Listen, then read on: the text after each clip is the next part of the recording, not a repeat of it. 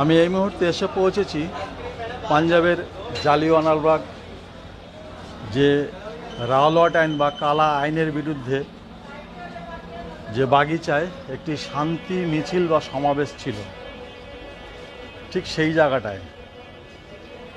এখানে সব মূর্তিগুলো আকার হয়েছে, দেখো কি ফাইন, দুদিকে দারুণ। জালিয়ানওয়ালাবাগ সম্পর্কে বলতে গেলে এটি হচ্ছিল সেই ব্রিটিশ শাসন সময়কালীন। এটি 1919 সালের 13ই এপ্রিলের ঘটনা। তখন ব্রিটিশের ভাইসরয় ছিলেন যিনি, লর্ড চেমসফোর্ড, এবং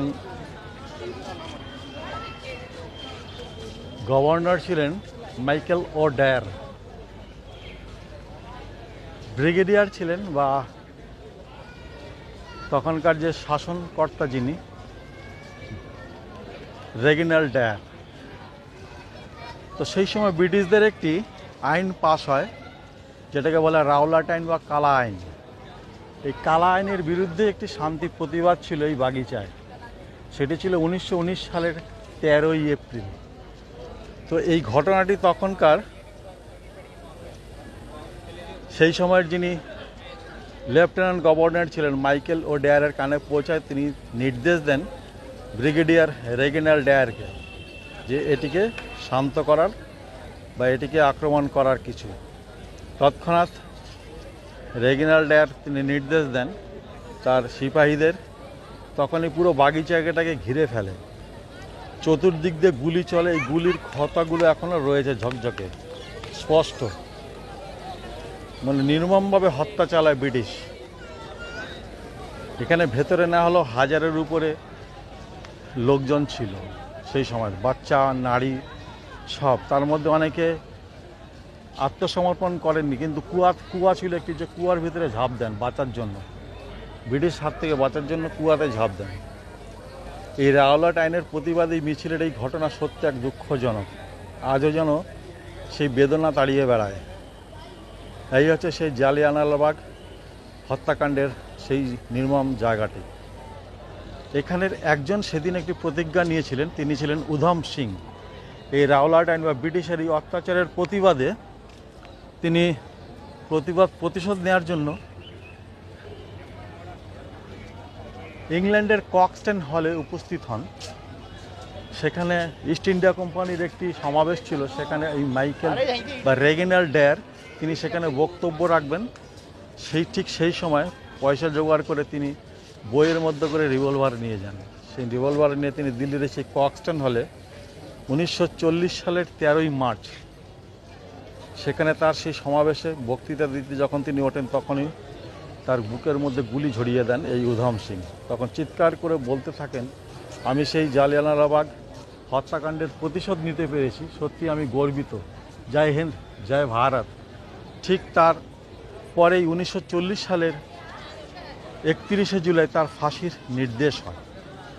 আমি উধম সিংকে স্যালুট জানাই, সমগ্র ভারতবাসী তাকে স্যালুট জানায় এই একটা অসহনীয় কাজ করার জন্য।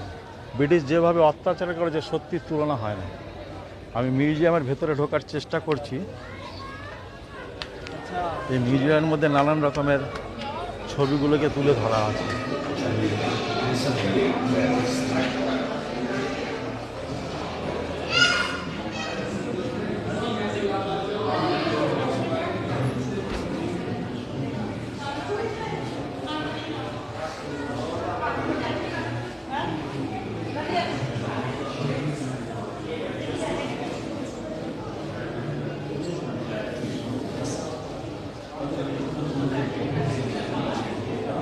ব্রিটিশ শাসনকালের সব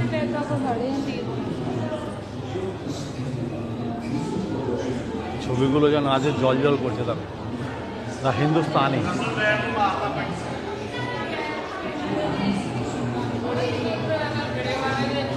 সত্যিই এক নির্মম হত্যাকাণ্ড চালিয়েছিল ব্রিটিশরা। তার অত্যাচারের প্রতিশোধ দিতে পেরে আমিও সত্যি একজন ভারতীয় হিসেবে খুব খুশি, গর্ববোধ করি উধম সিংয়ের জন্য।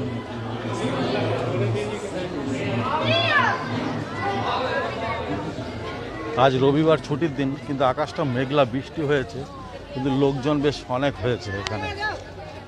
ভেতরে যাচ্ছি, যে একটা শহীদ বেদি প্রতিষ্ঠিত করা হয়েছে সেটির কাছে যাওয়ার চেষ্টা করছি।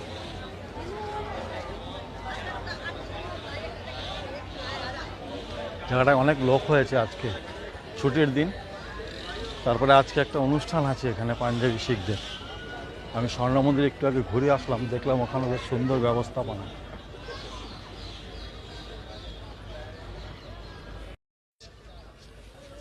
এটাই হচ্ছে ব্রিটিশ শাসনকালের সেই স্মৃতিসৌধ, যারা শহীদ হয়েছিলেন তাদের নামে এই শহীদটি করা হয়েছিল। স্মৃতিসৌধ অদ্ভুত লাগে এরকম। আকাশের অবস্থা খুবই খারাপ, বিশাল বড় জায়গা নেই কিন্তু এই বাগিচা। অনেকেরই অজানায় ঘটনাটা, ব্রিটিশ শাসনকালের এত অত্যাচার।